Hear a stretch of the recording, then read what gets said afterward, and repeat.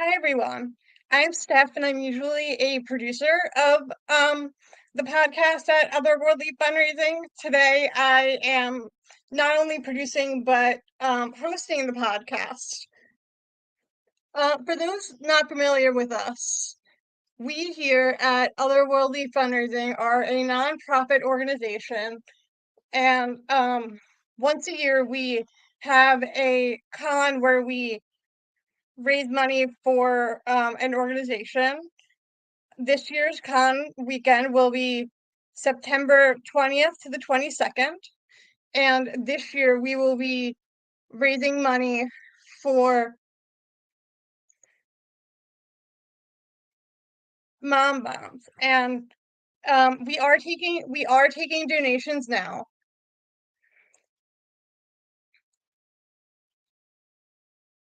You can also find out more about us on our Facebook page.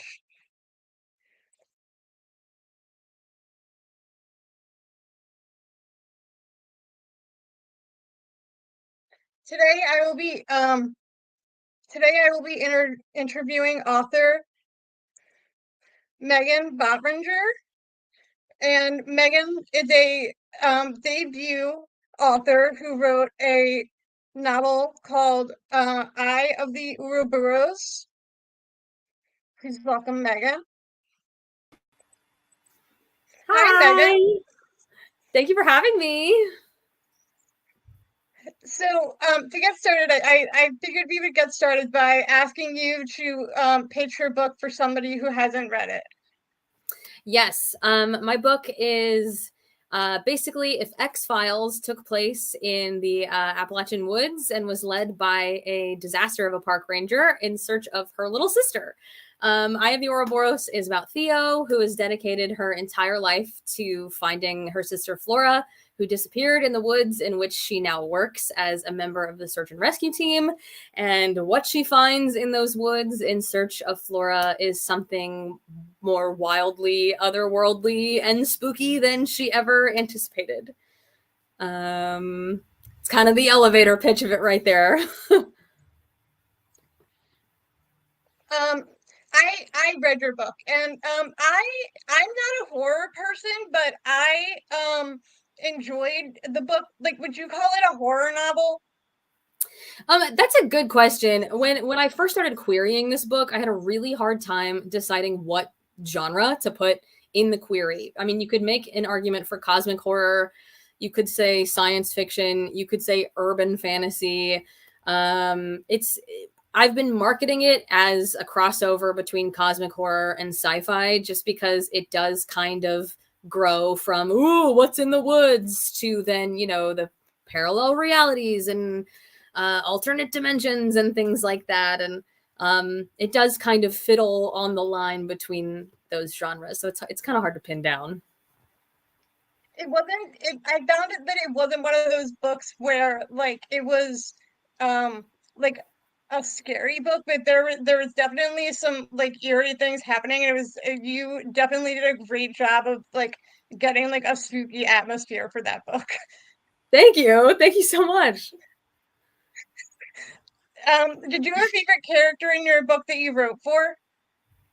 Well, I want to say Bear because Bear is my actual dog. So if I don't say him, then I mean he's watching me from the corner of the room right now. I'll get mad. But I mean Theo is just a character that is so comforting to me and close to my heart because this book ultimately started as something that I was just writing for my sister. I never really thought that it was going to be something that I would publish. I the central idea of it is a sister looking for her lost little sister. And I was kind of out of my little sister's life for a while longer than I would like to have been. So this book was kind of my own little nudge to get back into my sister's life and to try and reconnect with her and find her proverbially. So Theo, for a very long time and still now, is very me. And which is not the most complimentary thing in the world now that I'm saying it out loud because she's kind of insane. But, you know, I have so much love for all the wacky characters in the book, and they're all such comfort characters to me. But Theo, just no matter how many books I write, no matter how long the book is out, will always just be just a comfort to me forever, and all of her misgivings. as as someone with a sister with a shorter age gap than yours, but I also really loved Theo and the sister vibes that this book had. Did you have a favorite plot element that you included in the book? I That's a good question. There are so many threads going on all at once. I had a blast writing, it's kind of a spoiler, but there is a part in the book where Theo, as you know, uh walks that liminal space between alternate realities and goes into a number of them, um kind of haphazardly, and I had so much fun just jumping from, you know, West Virginia, a very familiar, normal setting, to then these crazy, fantastical worlds that she just darted in and out of. It was a lot of fun. It was cool to just really lean into the sci-fi element of it and just really jump into it with that. That was probably my favorite bit. It was almost like being a Portal fantasy without like actually being a Portal fantasy in some ways. Yeah, I've always wanted to write Portal fantasy and Second World fantasy and stuff. So I think this was kind of my way of subliminally testing myself to see if I could hang with the different worlds. I think it went well enough. You can try it. How did you pick West Virginia for the setting of your book? So I was living in Kentucky at the time, which isn't West Virginia, but I lived right there in the mountains, in the woods, and I would go all the time from Kentucky to visit my parents in North Carolina, and they live right near Pilot Mountain, which is a familiar setting at the end of the book. Um, and I spent a lot of time going, you know, down back roads and exploring the more rural areas, just because, you know, I found a lot of peace and solace, especially right before lockdown, in, you know, just putting an audiobook on and driving. Um, and living in Kentucky and living in the woods and then being in that area so much, you know, people talk all the time about how those woods are old and scary, and there's something funky going on there that, you know, we are not meant to know about. And you really get that. I know, I mean, I didn't expect it when I moved there, but I thought, oh, okay, there's something going on in these woods. So then, you know, I'm already physically embroiled in it, and I'm there, and I'm in my apartment that overlooks this huge stretch of just oppressive woods. And then lockdown starts, and I fell down this rabbit hole of Reddit threads and Q&As that park rangers did in my local area specifically, and up into West Virginia, that talked about all the crazy stuff that they had seen while out in the parks and out in the woods that I was just living in and driving through regularly. And it just, I've also always just been very fascinated with the cryptid mythos of West Virginia. So it felt like, you know, I'm close enough to it. I'm doing the research. I'm going out in the woods as much as is safe to do so. But then, you know, from the perspective of wanting to write a story that people can relate to and that feels accessible, you think of creepy stuff in the woods and you think of West Virginia. So it just kind of felt like the bridge to that was easy to cross. So you used like local lore for that area as inspiration for your book in some ways. Yeah, actually, one of the in early on, there's a reference that Theo makes to a disappearance that happens in the woods, a pair of newlyweds that disappear off the trail, and that is a reference to an actual Reddit story that I read from a park ranger in Kentucky who talked on that long thread. they were all members of the search and rescue team, swapping stories about, crazy stuff that they'd seen, things that they'd heard from other rangers. So an actual ranger near me talked about how a newlywed couple had disappeared for like 3 weeks or something like that. And then they just turned up totally unscathed. They weren't missing any food. They were unharmed. Their clothes were relatively clean. So I had to put a little bit of the local stuff in there. And you said that you went in this direction for your sister. Was that always the plan for your first book to be for your sister?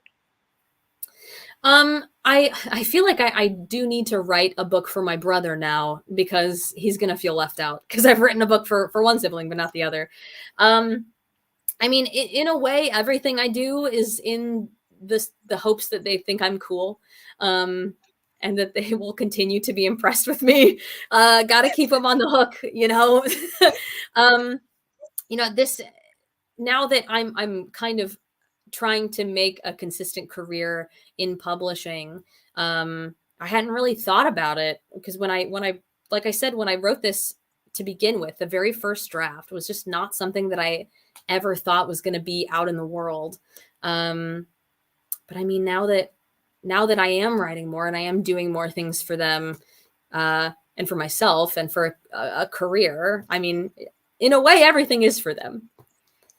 Even if it's not dedicated to them, like I'm pretty sure writing a horror-mance or a romantasy dedicated to a family member probably wouldn't go over the best. And you've always had, like, you've always liked the supernatural, so you always wanted to include like some sort of supernatural element in one of your books. Yeah, for sure. I struggle to write things that don't have some element of speculative wackiness to them. Probably because, I have been consuming spooky media since I was a little kid. I think one of the first TV shows I ever watched was The X-Files, which probably explains a lot about how I am as a person in every way. I grew up on it. It's always just fascinated me. Fiction media, and then, urban legends, local legends, cryptids, things like that. I feel like everything that I do will have some element of that in it. How did you go about naming the characters in your book?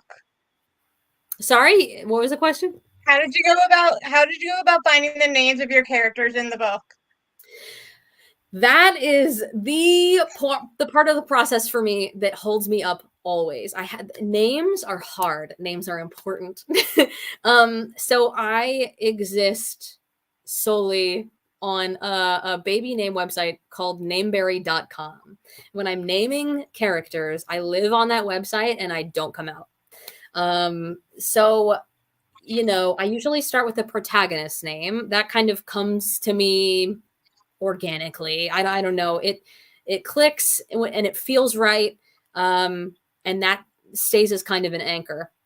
And then, for every supporting character or love interest, antagonist, it has to sound right. The meaning has to be at least somewhat relevant to the personality, because I love little Easter eggs like that. All the names have to look good together on paper. They have to sound good in the ensemble. I don't like to repeat the first letter of names. I go hard with names. It takes me a long time. There were a lot of characters in this book. Were you always going to write like an ensemble cast for it? I've always loved the found family trope, so it was always kind of I started immediately with the intention of doing the kookiest found family you could ever imagine. And it was always something important to me to have a lot of people around Theo that cared about her, and a few that don't, but mostly the found family and the kind of insular cocoon of people who kind of exist separately in an isolated, lonely kind of way. But then when they all come together, they find strength in each other and they all care about each other. And, you know, Theo's family, her biological family, Flora aside, they're not the greatest people. So it was really important to me that the ensemble reflected why found family is so important and why it's such a beloved trope. So it, definitely, when it came to edits and such, I wasn't going to budge on keeping the cast as full as it was. There were a lot of different like personalities in this story. Did you go in like knowing that there was going to be a lot of different like personalities? For sure. I wanted to make sure that nobody really blended in with anybody else. It was important that the personalities felt different in the way that there could be conflict, but different enough that they could complement each other. Like Theo and Quinn are so different, but they gel and they make up for what the other lacks. Same with Theo and Delilah, and then Roman and Wesley. You know, they couldn't be more different, but they complement each other with their skills and their ambitions and their ideas. And you know, everybody has shortcomings that someone else in the group can make up for. So it all just kind of needed to be cohesive like that. There, this was not a romance, but there were romance elements. Was that always the plan? Is to include some sort of romance element for Theo in the story? Yes. I wanted, you know, romance.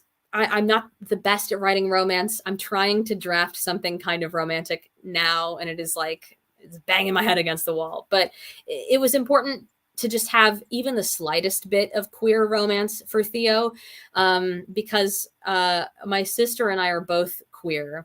And you know, I'm an adult, so I can express that in any way that I want. But my little sister, even though she's just graduated high school, you know, she grew up in an area that was very conservative, in a somewhat conservative family.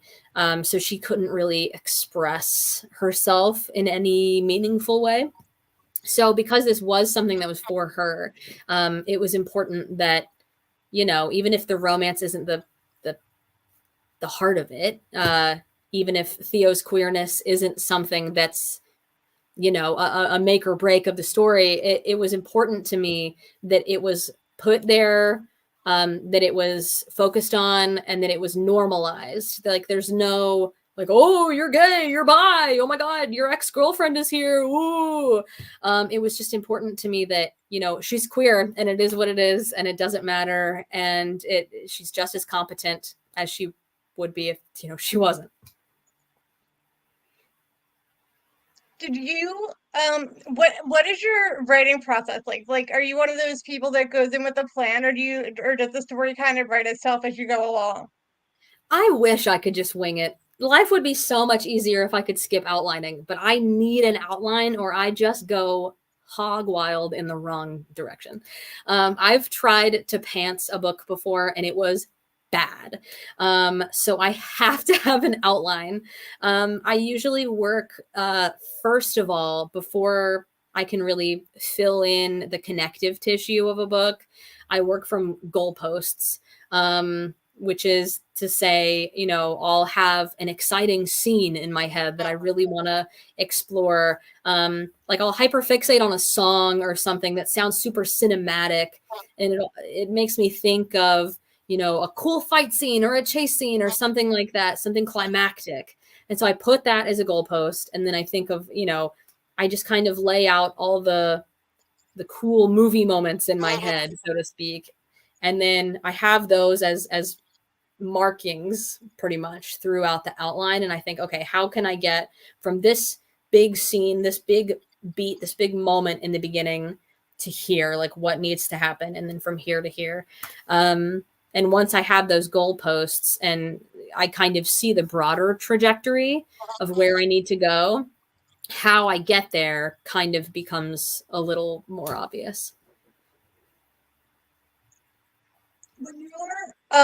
When you're outlining, do you like you said you had goalposts. Do you like tend to like fill those in as you're going, or do you like fill them in as you're writing the story? I try not to be super strict with my outline. I do a lot of changing things and moving things around as things progress. Because, you know, you're a creative person. I mean, when you're doing something and you think you have a plan, things just don't work out that way sometimes.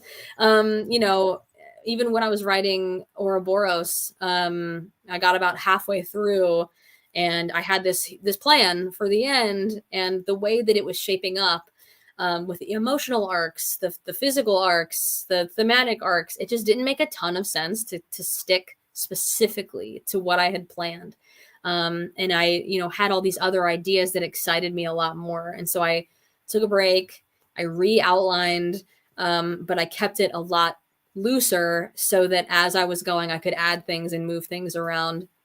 And the book that I'm on submission with right now, I had to stop in the middle of drafting and just completely redo the whole outline because, you know, it just wasn't working and something just clicked in the middle. And I had written a loose enough outline that I'd already been fiddling with, that it didn't take a ton of effort to change. But sometimes you just have to have that moment where you realize that it isn't working. So outlining but not being too strict is kind of the way to go, I think. Do you are you one of those people that writes with like music on or like something playing in the background, or do you need like absolute quiet?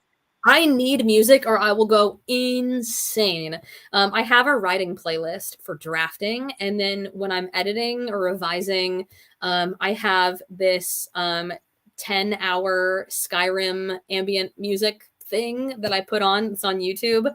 And so I just have Skyrim music going in the background all the time, because it's just very calming and it kind of helps me lock in. But then when I'm drafting, like I have the writing playlist, it's all movie scores and stuff like that, and it just kind of helps me.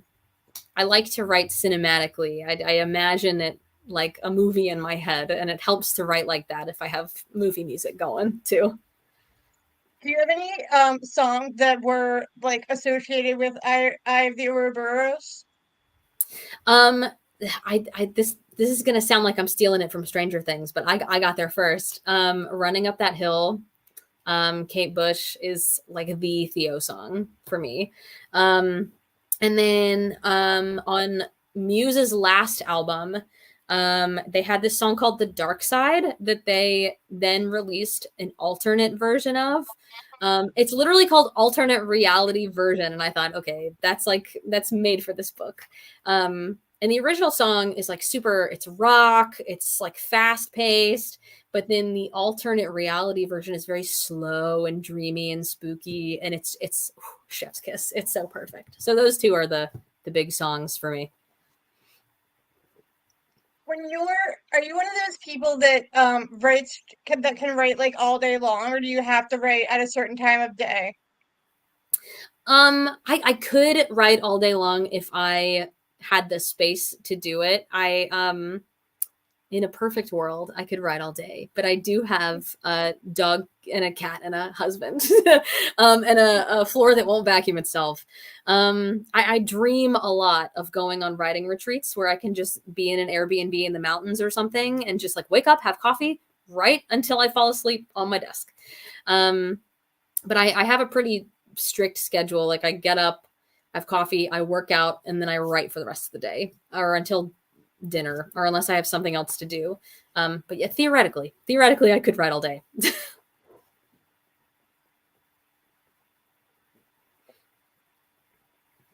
Are there any tropes that you wanted to, are there any like of your favorite tropes, and any tropes that that you used in this story, or one that you want to use in a different story? Well, I found family is my favorite trope of all time, and I'm so glad that I use that here. And I try to put that even just like a little bit of it in everything, um, because I think it just works so well in any kind of a narrative. Even if it's just like the protagonist and their friend, you know, it just counts as a found family. Um, I love the trope of a protagonist versus an antagonist who are both right in their own way. An antagonist who is the hero of their own story, like very morally gray. Um, I love enemies to lovers. I would love to write some enemies to lovers someday. Um, I, in the fall, am going on submission with an urban fantasy that has forced proximity to reluctant allies, to lovers, then to enemies, then back to lovers for the whole series outline. Um, so I'll get there someday, hopefully, if someone buys that book from me or buys the series in a perfect world. But enemies to lovers, I will come for you someday. Um, and enemies to lovers is one of my favorite tropes as well. Do you I found some of the banter in Eye of the Ouroboros very funny. Did Thank you you. always plan on that, or did it just like come organically? I have to put a goof in everything. I can't not make jokes. Um, I feel like, you know, in Ouroboros, it just kind of started happening organically. I didn't really plan to put a ton of jokes into everything. But I found that it was such a fun and easy and obvious, for me anyway, a way to kind of counteract the darker subject matter of Ouroboros. Like, you know, there are some deeper traumas that Theo deals with, especially when it comes to her family and her mother specifically. And kind of the snarky, dry humor that she has. You know, people cope with trauma through humor and jokes and being sarcastic and dry, and so it felt like a natural thing for Theo to do. Um, and then that's just become something that I have to do in every book that I write. I mean, I have to put a funny in there somewhere. Amidst the horrors, there has to be like a dick joke or something, just one. Like there has to be something. I mean, even I'm on submission right now with a Dante's Inferno retelling set in sea caves, and it is far and above the darkest, scariest thing, grossest, goriest thing that I have ever written. But there are jokes in it. Like there are jokes. Like I'd have to balance. Are there are there any settings you want to explore? Like any places where you want to like set a story? Ooh, I have recently become obsessed with Prague for Nancy Drew shaped reasons. Um, so there's that. I love a Western. I have written a Western. I'm also on submission with a Western horror right now. I would love to do more of that. I would love to set something in Florida. Um, I know that Florida doesn't sound like the spookiest place in the entire world, but you know, once you get into the rural parts of it, like the heat, the humidity, I feel like a lot of horror is very cold and dark. So I would love to try something set in a sunny, hot climate, kind of like the book equivalent of Midsummer. Um, I would also love to try and write something here in Ireland. I feel like I've been here long enough that I can attempt it. I just don't want to offend any of my neighbors, you know? Were you always a fan of horror? Like even growing up, you knew that you liked horror and you always wanted to write a horror story. Oh yeah, I've loved it always. I even as a little kid, some of my favorite movies were horror movies. I mean, I so distinctly remember watching The Exorcist way before I should have been watching The Exorcist. Um and you know, my grandpa would read me bedtime stories and I would ask for the spooky ones. Um which again probably explains a lot about how I am as a person. um but I've always loved it. I've always felt it to be so comforting. And I think there is something in horror and in horror media in general, be it books, movies, TV, whatever, that, you know, people who've been through something in their lives can find some comfort in horror because it's like it's controlled, and there's a distance between you and the bad thing, and I don't know. I mean, it's just fun to have that adrenaline going. And I don't know. As a little I kid, I was was into it. I was never a horror person, and I swore that I would never read a horror book, but like I'm discovering that like I actually do like some horror. I would just probably never read like a slasher horror book. Yeah. Yeah, I'm not a big slasher book person either. I feel like I've only read one and I won't name it because it wasn't my favorite. I feel like that format works best in a visual format because you've got the jump scares and all that stuff, but horror that has like the this creeping atmospheric dread, that does it for me for sure. What what are some of your favorite books, or what were books that you went to when writing this one? Oh, good question. I my immediate thought is Everything and Anything by Stephen Graham Jones. He is an indigenous author and he writes horror. And he just announced a new book the other day that looks like it's going to be my entire personality. But his work is it's the horror that makes you think. Like there's a time and a place for horror that's just all blood and guts and mindless craziness. And while his books are scary and there are, monsters and killers and things that are actively trying to kill the protagonist, it has a lot of social commentary, because he is Native American, and all of his characters are as well. And so a lot of his horror comes from life on reservations and things that Native Americans face, and indigenous struggles and things that are specific to them. So I have always admired how he manages to make the horror feel bigger than itself. And so whenever I feel like I'm in a horror rut, I go back to him. Were there any movies or TV shows that you used as inspiration for this one? Definitely X-Files. X-Files is like number one. Just because I grew up on it, so the tone of it and how X-Files is also kind of funny. And the Mulder and Scully are so different. So X-Files was like the big media hook for me. I loved I love all of Ari Aster's horror works, specifically because I think they're really strong studies in character and ensemble building. I also love the movie It Follows because I think that is just a total masterclass in atmosphere for sure. Um, what is so you were talking about like um outlining. Do you tend to follow you said that you're not like a strict outliner. When you like change something, do you change something in your like main outline, or do you try and get back to where you wanted to go? I try and get back to it if I find myself wandering a little bit.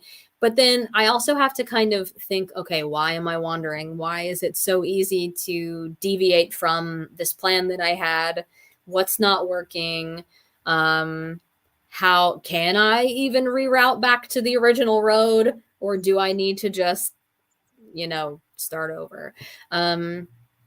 It just depends. It depends for sure. The fantasy that I was mentioning earlier, because that world is so big and unwieldy. If I strayed too far from the outline, it would just get totally out of hand. I mean, there's so many moving parts and there's world building and all this. So I just kind of needed to say, okay, you need to chill. You need to get back to your outline. Put a pin in this crazy idea that you have, and maybe another book will come out of it. But when it comes to something smaller scale like Ouroboros, I could kind of let myself wander a little bit and stick with the wandering. Because, there's not that much world building to deal with. It's just, for a while, it's just West Virginia. So it's, you can kind of go off the trail, as it were. But I try and stick to my outline. When it comes to fantasy, are you like like a paranormal fantasy with like vampires, werewolves, and that kind of thing, or do you tend to like only do not like realistic fantasy, but like only human type fantasy? Um, as of right now, I've only written urban fantasy. Um, it's a world inspired by D&D. But it's like if D&D was in Las Vegas, basically. Um, and it's just mostly because when I started writing this, and when I even had the idea, I had to pitch it to my agent. And because I had already written things and I was publishing this, and then I was on submission with something else that took place in our world. I felt like, okay, I can't really write a second world fantasy or something that's like something that's outlandish and made up. I need to root it in this world in order to, from a marketing perspective, bridge the gap between what I've done and what I want to do. Because I guess that's something I got to think about now. It's marketing. Marketing is hard. But I have enjoyed very much doing fantasy that's rooted in our world, like the vampires and the werewolves. And the main character in the fantasy project is a changeling based on the D&D race. So it's like a happy medium between our world and the wackiness of other worlds. What what advice do you have for someone that's trying to go the indie route with their book? I think that the biggest advice that I could give someone, not only for indie, but just in general, is to just do your research. Make friends in the writing community. I know that's hard because the community is so widespread, but as much as you're able or willing to do, be present on social media, because in the indie community, I don't know how to say this without sounding a little shady, given recent events. It's important to protect yourself and protect your work. I have the benefit of having an agent who, has the connections and the wherewithal and the knowledge to say, like, okay, these people are sketchy or these people aren't, she knows what she's doing. But a lot of people in the indie space don't have agents, and that is a-okay, and that is totally fine. Indie is a wonderful, wonderful place, especially for debut authors, because they will let you get away with the weirdest stuff. I went indie with Ouroboros because I knew that the weird funkification of cosmic horror and sci-fi was just not going to sell in a traditional space. Plus, you can be super queer, you can be weird, you can be yourself in indie, and there's room for that, and there's room and there's space for everybody. And indie will embrace you a lot more in some ways than traditional publishing has the capacity to do. But because it is such it's open arms for everybody, including the bad actors. So just protect your work, protect your peace, and do your research. That's my big advice for getting into indie. When you were looking to get published, did you go through several agents, or did you like find somebody and stick with that one person? Well, funnily enough, I got an offer of publication for Ouroboros from Quill and Crow before I even had an agent. I was still querying. And I had had a wonderful experience with Quill and Crow working on one of their anthologies. And so they'd opened for novel submissions, and I thought, like, what the hell? Like, might as well. They probably won't, but I really like them a lot. Let's do it. And I was getting kind of disillusioned with querying anyway. Because querying is really rough. So I just thought, whatever. So I got the offer, and I had a few full manuscripts out with agents, and so I notified them that I had an offer of publication, and then that kickstarted, agents really looking and saying like, oh, someone wants this book, someone wants to buy it. I need to get my fingers in that pie before it sells, and so I got my agent through that process, and I'm co-agented at the moment, but my primary agent, her name is Clara. She is wonderful, and I met her through the Ouroboros process, and I plan on sticking with her for as long as she'll have my crazy self. You mentioned, so your plan was to always go indie for Ouroboros just because it doesn't fit into one box. Mm-hmm. Yeah, it a big thing that myself and other authors on submission struggle with is genre.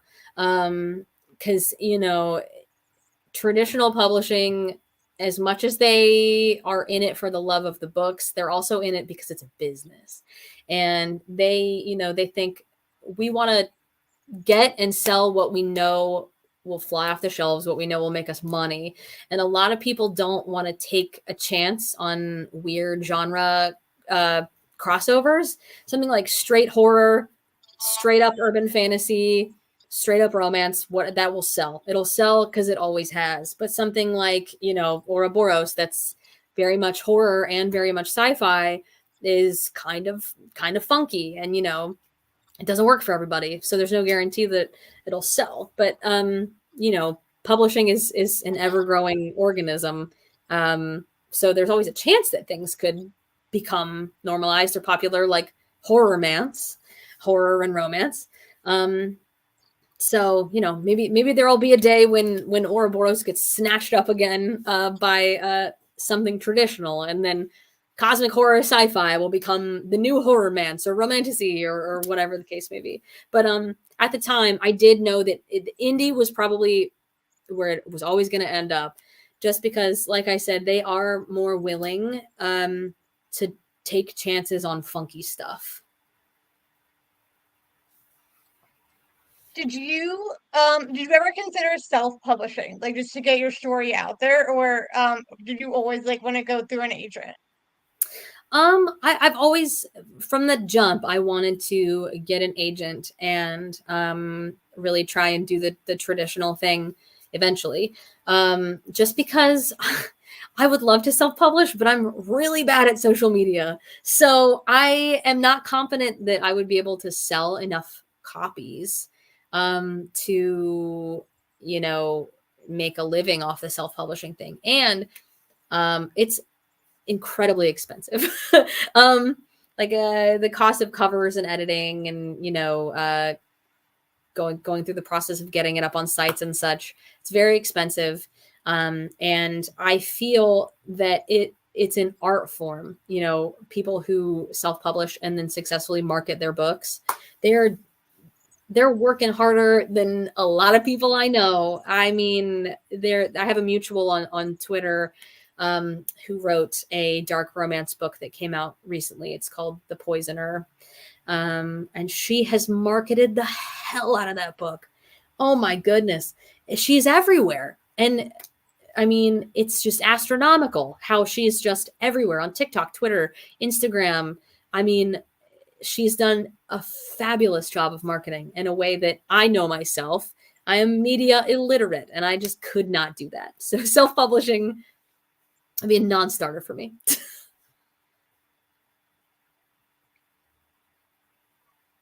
Do you do you do you have plans to one day go the traditional route, or do you always want to try and remain indie if you can? I'm working on getting into the traditional route. I'm on submission with 2 different books right now. So my agent has sent out these books to editors at the traditional publishing houses. I've been on submission with one for almost a year. And then the other one has been on submission for about 3 weeks now. And then I'll be going out with another one in the fall. So if one of those gets picked up by one of the editors that has it right now, then it'll be, traditionally published right now, maybe with one of the big ones, Were you who knows? were you always a writer, or like did you have another career and then end up as a writer? I went to theater school for a while. Right out of high school, I went to theater school in Los Angeles. And I did the acting thing and the musical theater thing for a while. But I throughout that, I had a lot of fun writing bespoke monologues and scenes and things for my friends who were out auditioning and who wanted to add something to their reel, that they could just record it really fast and put it on a reel just to add more content that they were going to be sending out to directors and casting directors and such. So I would write them stuff. And I was a fanfic girly, so I was doing that throughout college. We don't talk about that. But I was trying to do the acting thing. I was in Los Angeles for a while. But then I got one of my first jobs, my first like real jobs, and I blew out my knee on set. And then I had to get knee surgery that put me out for about a year. And during that time, when I was basically like bedridden and then relearning how to walk, it was just me and my laptop and a bunch of books. And so I really found that writing was a comfort for me. And I realized in doing that, like, I'm actually pretty good at it. And so I just kept doing it and kept doing it and kept doing it. And then, when it came time to go back to Los Angeles, I thought, I've found this new passion. And it came with a lot of internal turmoil, the idea of letting go of what I had originally thought was my big dream to be an actor and all this. But I was just so excited by the idea of writing and doing that professionally. So I went back to college and I got my degree in English in Florida. And then I went to Hopkins and now I'm in Ireland. Yeah, I have a very similar story. I also wanted to be an actor and like do the musical theater thing, but I realized that like it's tough out there and not everybody can be an actor. So I kind of just fell into writing because it was it was just another thing that I was good at. Yeah. Yeah, it's and if you fall back on something like that and it becomes a comfort and you're good at it and it brings you joy in an industry like theater and like acting in general, that's so cutthroat and so hard, and it makes you feel so bad about yourself sometimes. It's good to have something that makes you feel good about yourself, like writing does. How did you end up moving from the US to Ireland? I came on my husband's coattails. He's in med school right now. He just finished his 3rd year. And we just wanted to get out of America as quickly as possible. So when he was given the opportunity to come do med school over here, we jumped on it. Honestly, I mean, we had been thinking about staying in the States, but then, this was our out. And we had to sell all of our stuff. We had to sell our furniture, our cars. We moved over here with our pets and 2 suitcases, and that was that. But I'm doing my PhD over here, and he's in med school, and we're just hoping to stay over here, hopefully. You're getting your PhD in English? I am. Got to stick to what I know.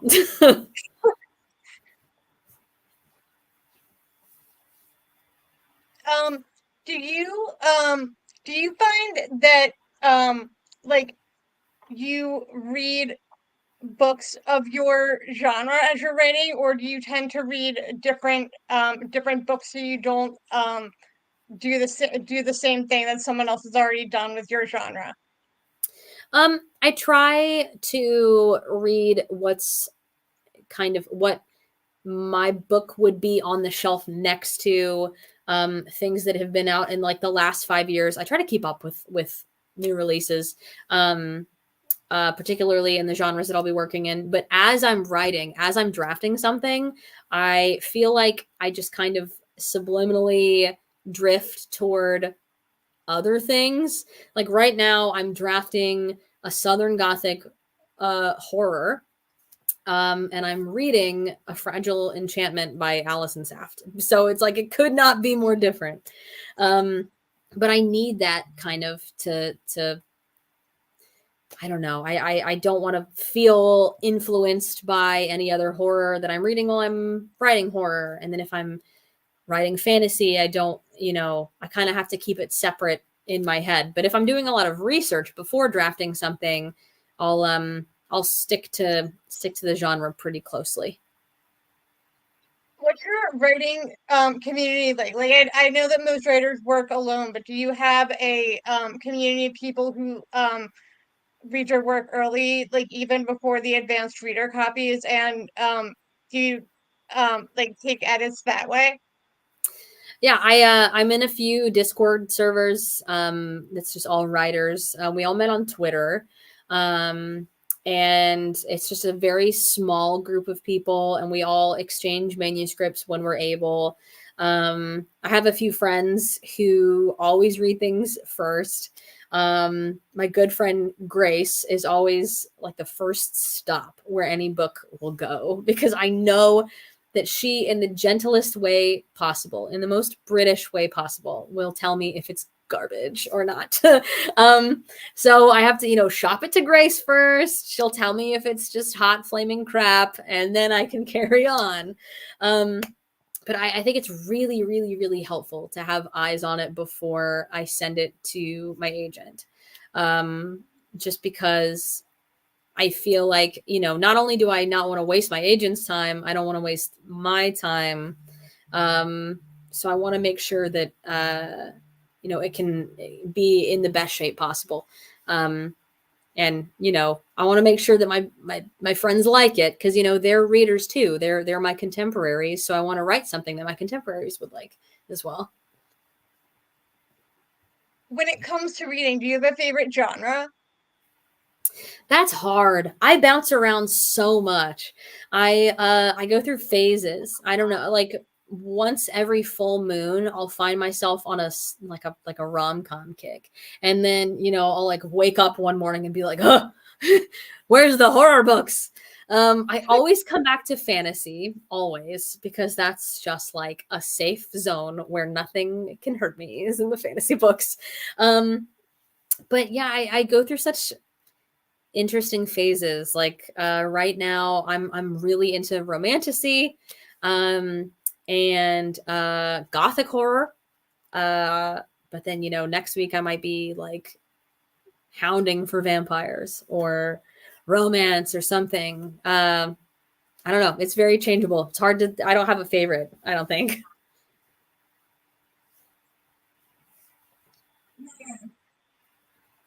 Polly's here. Hi, Polly. Megan and I have Megan and I met through a Twitch community. So it's funny because like we didn't even bond over books at first, and books just kind of happened organically, like through a gaming community. Polly, we even talked about Nancy on this podcast. Like it all comes full circle. We did. So what are your other hobbies besides writing and reading? I am a giant D&D nerd. I came to this podcast from a Dungeons and Dragons session. Like I have my dice next to me right now. Like it's that deep. Um Yeah, I love Dungeons and Dragons. I'm in a number of campaigns that eat up so much of my brain space. I love video games. Um, I'm a big Sims girly. All of my book characters exist in a save file where nothing can hurt them. Um, Although, The Sims does try. The number of times that Theo has caught on fire because of a faulty stove, I would not like to admit out loud. Um, yeah, I don't have a ton of free time for anything outside that between the PhD and the books. Um, yeah, that's about it. What D&D classes do you play? I'm a paladin girly. I try to branch out.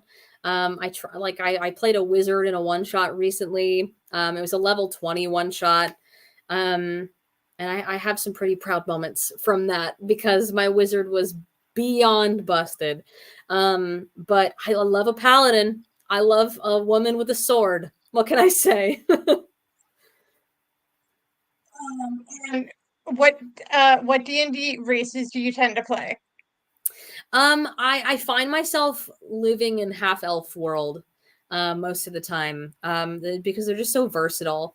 I feel like I'm gonna lose my bisexual card at any second because I have not played a tiefling rogue. I need to get there eventually. I started with a bard. The bard was the first thing I ever played, so like it counts. But you know, got to get there. I also love a changeling because that's fun chaos. And I'm also playing an Eladrin right now. That's a lot of fun. But half elf is fun and versatile. That would be my go-to if I had to stick with one forever, I think. When I'm not like the biggest D&D person because I can never like commit to the one once a week thing, but Mhm. I also love playing half elves. Bard is like the class that I like tend to come back to, but like I would love to play a wizard or a druid one day. Wizard at high levels, particularly, is very, very, very fun. Things get very busted very fast. That's cool. Is there any social media or anything that you want to plug before we end today? Sure. I'm on Twitter. My Twitter handle and my Instagram handle are the same. It's both Meg Bontra, Megbontra. I'm also on TikTok. I keep meaning to change my handle to something more professional. I forget what it is until I have to say it out loud. My handle on TikTok is Bookhag. Um, because that's yes. um And I'm also on Blue Sky and Threads under Meg Bontra as well, but I forget that those exist sometimes. So mostly just Twitter and Instagram. And I do have a website. It's megbontra.com. It is the worst website you've ever seen. I'm working on it. Thank you for joining us today, Megan. Thank you so much for having me. This was so much fun. If you once again, if you have not already, we are raising money for Otherworldly Fundraising is raising money for mom bombs this year, and you can check out our website or check us out on Facebook. Thank you for coming.